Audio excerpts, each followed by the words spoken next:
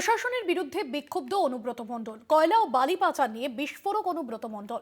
সব পুলিশ খারাপ নয়, কিছু পুলিশ নোংরামির সঙ্গে জড়িত। মনা বীরবংশী রয়েছেন ফোন লাইনে। মনা, প্রশাসনের বিরুদ্ধে কেন এভাবে ক্ষুব্ধ হলেন অনুব্রত মণ্ডল? দেখো, একেবারেই তাই।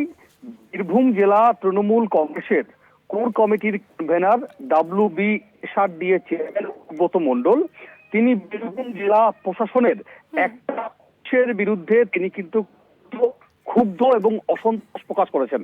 দেখো, আজকে গীতাঞ্জলি উৎসব অনুষ্ঠানে তিনি অংশগ্রহণ করেছিলেন, তারপরে সংবাদ মাধ্যমের মুখোমুখি এবং বীরভূম জেলা জুড়ে বালি এবং কয়লা পাচার নিয়ে অনুব্রত মণ্ডল তিনি সাংবাদিকদের জানান যে বীরভূম জেলা জুড়ে এটা এবং চলছে। শুধু তাই পুলিশের একটা অংশ, সবাই নয়, সব পুলিশ নয়, পুলিশের একটা বড় অংশ এটার মদত দিচ্ছে, এমনটা কিন্তু অনুব্রত মণ্ডল পরিষ্কারভাবে জানান। তিনি বলেন, এই বিষয়টি আমি এসপি কে বলেছি যে তিনি বিষয়টি যাতে গুরুত্ব সহকারে দেখেন। শুধু তাই নয়, বালি পাচারের ক্ষেত্রেও যাতে ডিএম বিষয়টা দেখেন তিনি বলছেন। এবং অনুব্রত মণ্ডল এটাও বলছেন যে ঝাড়খণ্ড থেকে রামপুরহাট বীরভূমে কয়লা ঢুকে যাচ্ছে।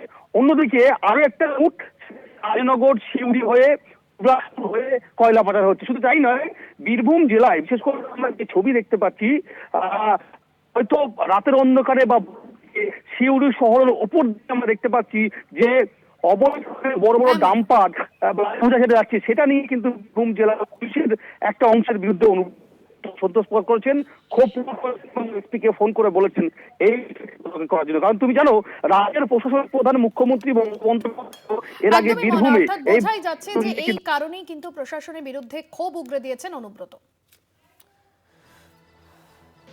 আমি তো এসপিকে বলার পর নাকা চেকিং করেছি। আমি তো গ্রামগঞ্জের মানুষ আমাকে খবর দিচ্ছে রামপুরহাট থেকে ঝাড়খণ্ড থেকে রামপুরহাট দিয়ে ঢুকছে, মোহাম্মদ বাজার দিয়ে ঢুকছে, তারপর তোমার রাজনগর হয়ে শিউড়ি হয়ে ঢুকছে, 11 মাইল হয়ে ঢুকছে। সব পুলিশ তো আর খারাপ নয়, কিছু পুলিশ হাতের যেমন 5টা আঙুল সমান নয়, কিছু পুলিশ তো নোংরামির সঙ্গে জড়িত আছে। নাহলে আমি এসপিকে বললাম কেন?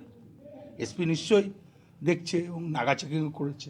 সেটা ধরুন 2 নম্বরই বালি চলে পুলিশ ডিএম দেখছে, সেটা ওটা তো ডিএমের এখতিয়ার। 2 নম্বরই কিছু না চলে, আমি ওই জন্যই এসপিকে বলেছি, ওই জন্য এসপি নাকা চেকিং করেছে।